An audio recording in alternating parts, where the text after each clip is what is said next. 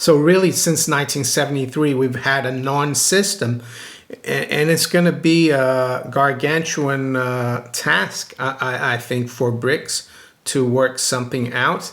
But be as it may, you can't stop the BRICS and their unit and their new monetary architecture. Saturday, October 12th, 2024, Maneco 64, home of alternative economics and contrarian views. So we're going to talk about BRICS and their unit, their prospective monetary and trade settling mechanism that's supposed to be announced in 10 days' time, or around 10 days' time. The summit is going to be from the 22nd to the 24th of October. Yes, I still believe this move away from the dollar, yes, is real, and it's happening, and it's going to continue to hurt all fiat currencies around the world. Even the BRICS fiat currencies, they're getting hurt in terms of their purchasing power versus real money, i.e. gold. And that's what I'm going to try to do today, explain my opinion on what's going to be the impact of this supposed speculative, we don't know for sure, new system that they're supposed to announce, where the unit is going to be 40% backed by gold and the rest is going to be a basket of their own fiat currencies. Before I start, though, I just want to give a shout out to Dirty Men Safe, one of my affiliates.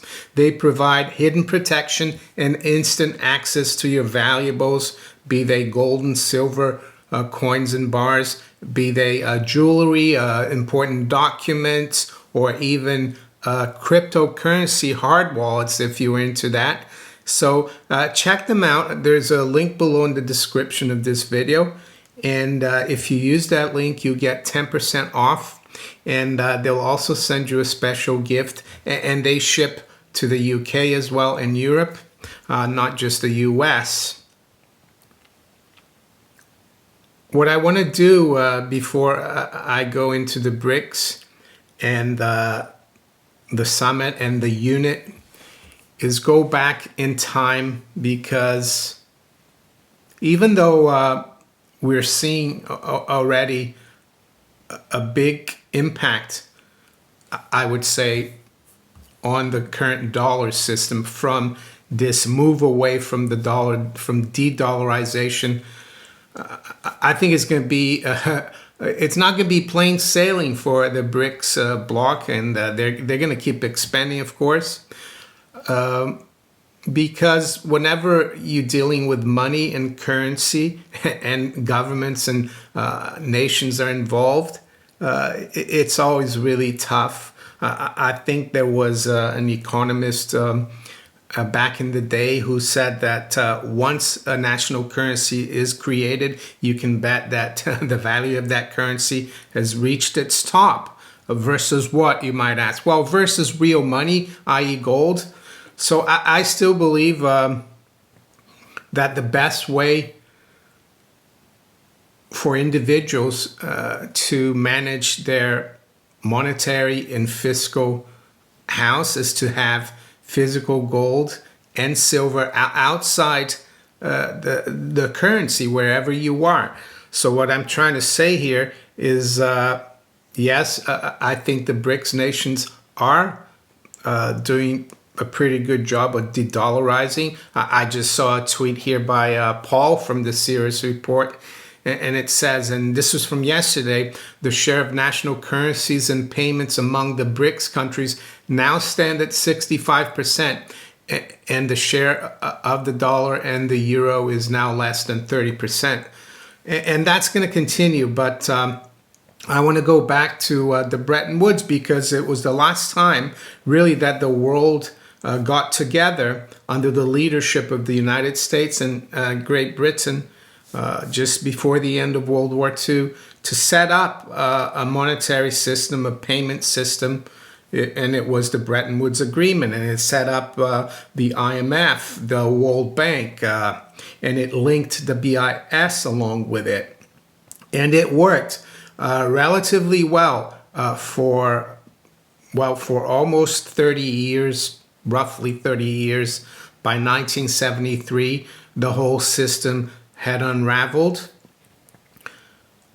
And the Smithsonian Agreement was an effort to keep this system going.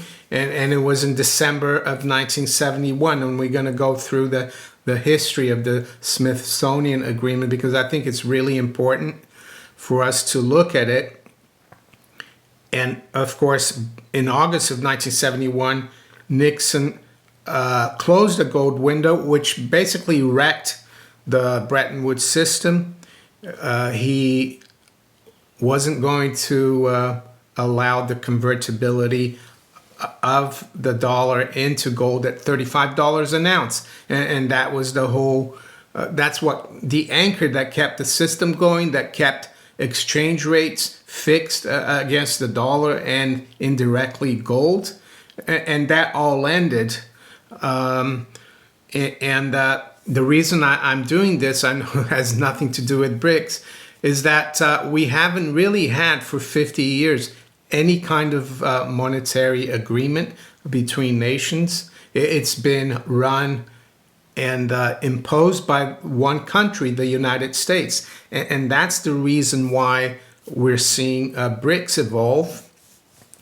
But what I'm trying to show you here, that it's really difficult to keep a system like that going. They kept it going for, almost 30 years. So it says here, in December 1971, monetary authorities from the world's leading developed countries gathered in Washington, D.C. in an ultimately unsuccessful attempt to rescue the Bretton Woods global monetary system. I'm going to put a link to this article below in the description. You can read it. And it's actually from the federalreservehistory.org. So I'll give you a summary in a nutshell what was happening at the Smithsonian Agreement in December of 1971. The problem was that the U.S., who was really running the Bretton Woods system, and had the dollar be as good as gold, and the other countries, their currencies were fixed to the dollar at a fixed rate. There was very little fluctuation in foreign exchange markets. And why? Well, because historically, and many people these days don't know, I'd say 99% or even more of even the economists and the experts don't know that really money is a way to gold. And that's why you need to keep fixed exchange rates, because not keeping fixed exchange rates is akin to changing the length of the meter or the inch, the weight of a kilo or a pound or whatever every second. It just makes everything so uncertain. And is it any wonder we've had so many economic, monetary, and financial disasters in the last 50 years? Well, it's because of this. So in 1971, Nixon really, what he wanted the other countries to do was revalue their currencies versus the dollar. He wanted to keep the dollar fixed at 35, but they wouldn't have it. So he just closed the gold window because he didn't want these countries getting the gold, and he wanted their currencies to be revalued because he thought that the trade deficit and current account deficits were too high for the U.S. and that U.S. industry was suffering. So by December 1971, they got together at the Smithsonian Institute to meet up. It was all the central bankers, the treasury secretaries or minister of finance, and they agreed to revalued the price of gold, the US, to $38 by 10%. And they also agreed to revalue a lot of the European currencies versus the dollar to kind of keep them in a fixed band, because, as I said, these people still knew what money and exchange rates were, that it was something, a weight of gold, right? But what happened, without the discipline of an agreement like the Bretton Woods, speculators started trading the currency. Central banks had to intervene. And I'll jump here to the end of this article. And it says, the Smithsonian Agreement did little to restore confidence in the Bretton Woods system. During 1972, speculators pushed many European currencies toward the tops of their permissible but now wider exchange rate bands. By intervening, their central banks accumulated large amounts of unwanted dollars, which stoked inflationary pressures. Well, why did it stoke inflationary pressures? Well, because to accumulate dollars, they had to create their own national currencies to sell them and to buy the dollar. And when you do that, you create more currency for your domestic economy. Germany and Japan expanded their restraints on financial flows, and other countries began to follow suit. Gold prices, a barometer of uncertainty, rose to around $60 an ounce by mid-1972. It was supposed to be fixed at 38. By mid-1972, and $90 an ounce by early 1973. Speculation was rife. On February 12, 1973, with exchange markets in Europe and Japan closed. So it got so crazy, the foreign exchange market, that they closed it. The United States devalued the dollar by an additional 10% to $42 a troy ounce. When markets reopened, speculation against the dollar became rampant. Within a month, nearly all major currencies were floating against the dollar. The Bretton Woods system was finished. So there you go. Why is this important? Well, because in March 1973, they started tracking the USDX, or the dollar index, and it started trading at 100.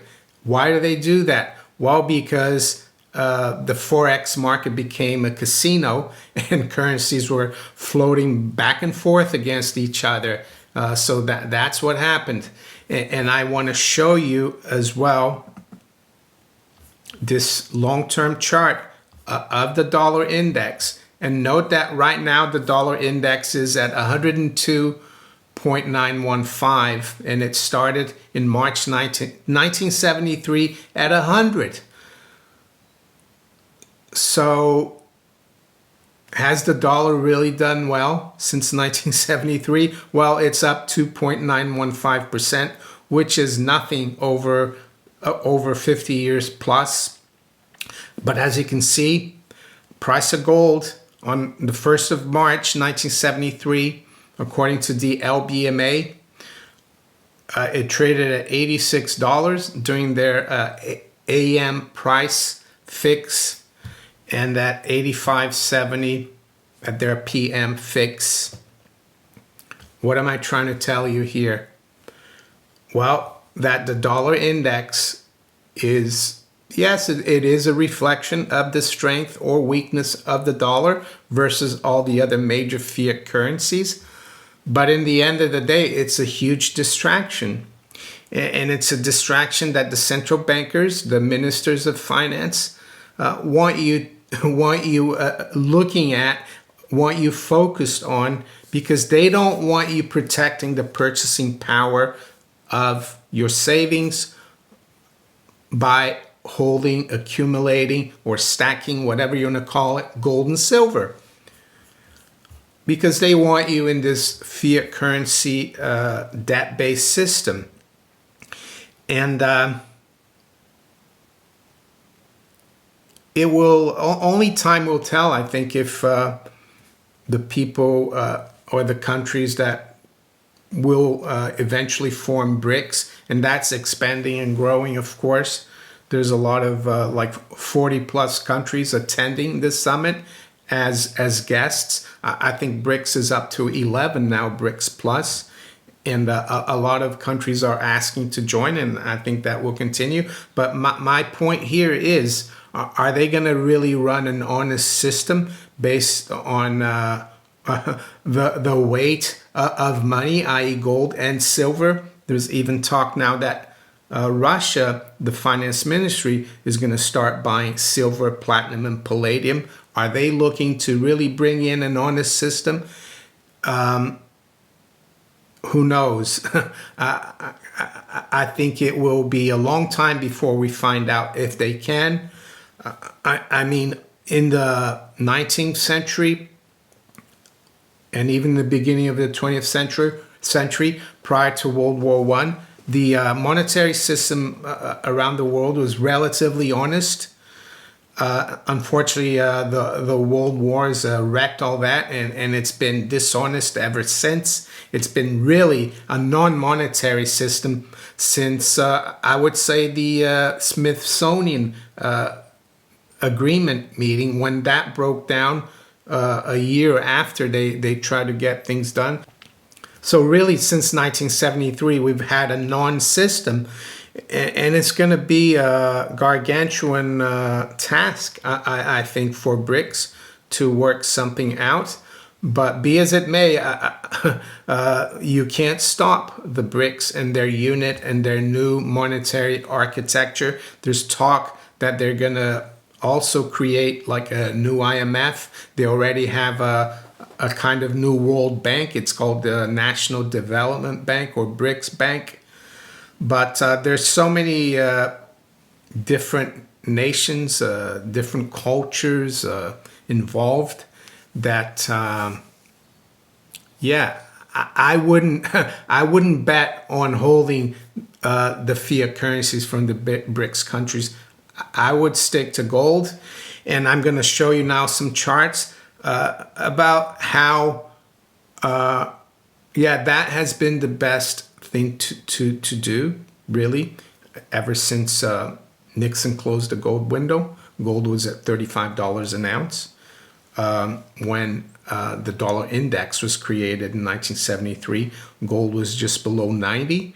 Dollar index has gone up a couple of percent or so since then. Gold has gone up multiple times, and so has silver. And there's a lot of talk, and I've spoken about currency reset, and I think that's ongoing. And you might ask, what do you mean? Well, anytime that the fiat currencies lose value versus real money, i.e. gold and silver eventually as well, silver is going to catch up, in my opinion. That is a reset. It's a devaluation. What might happen, especially after the BRICS summit, when the whole world might, when the West might wake up to what's really happening, because it's only channels like mine and others that are talking about this. If you ask someone, your friends or someone at a dinner party or out in the street, if they know about the BRICS unit, no one will know about it. But I think it's going to become more and more important, especially after this coming summit. But I just wanted to show you these charts here, just to keep your eye on the ball. This is to look at the bigger picture, because we get people saying, oh, look, the dollar is going up. Dollar index has gone from 100 to almost 103. Is the dollar really finished? Well, what we need to look at is all the major fiat currencies versus gold. And well, yesterday, Friday, the 11th of October, we had new all-time weekly closing highs for all these currencies. Maybe the dollar was $1 less from last week, but this is the trend here. It's not just something about dollar strength or weakness. It's all fiat currency weaknesses, and this is going to continue because Western nations are not going to get disciplined, and the BRICS nations, yes, it looks like they are trying to maybe create a more fair monetary system, but we'll still have to wait. I wouldn't, I would hold on to my gold if I was a resident of a BRICS nation.